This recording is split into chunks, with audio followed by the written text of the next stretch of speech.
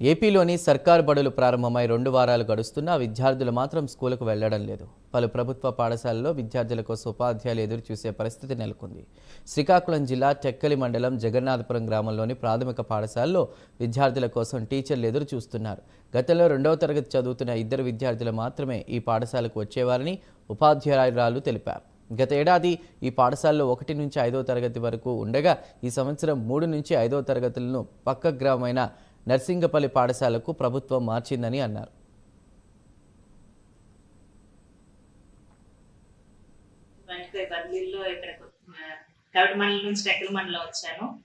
టెక్కలి మండలం జగన్నాథపురం మా కౌన్సిలింగ్ లో చూపించినప్పుడు 3 పిల్లలు ఉన్నారు.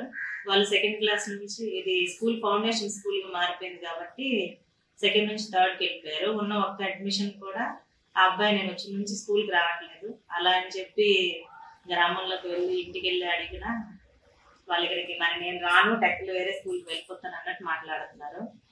అదేవిధంగా ఈ ఊర్లో గ్రామ పెద్దల్ని అందరినీ కలిశానండి. ఆ ఏజ్ గ్రూప్ పిల్లలు ఇప్పుడు 1st, 2nd, 1st class admission అయితే పూర్తిగా లేదు. ఆ డేట్ ఆఫ్ బర్త్ ఉన్న వాళ్ళు 2nd క్లాస్ పిల్లలు 2 ఉంటే వాళ్ళిద్దరికి కూడా వెళ్ళి కలిశాను. వాళ్ళేమో ముందు నుంచి వేరే స్కూల్ పంపిస్తున్నాను మరి ఇక్కడికి మేము పంపించాం అన్నట్టు మాట్లాడారు. నా ప్రయత్నం నేను చేశాను. ఇవన్నీ విషయాలు చెప్పాను స్కూల్ పోతుంది అవన్నీ కానీ ఎవరు అంటే చూస్తామన్నారు తప్ప. దీంతో 2వ తరగతిలో ఉన్న 2 విద్యార్థులు కూడా 3వ తరగతికి మారడంతో జగన్నాథపురం పాఠశాల విద్యార్థులు లేకుండా పోయింది.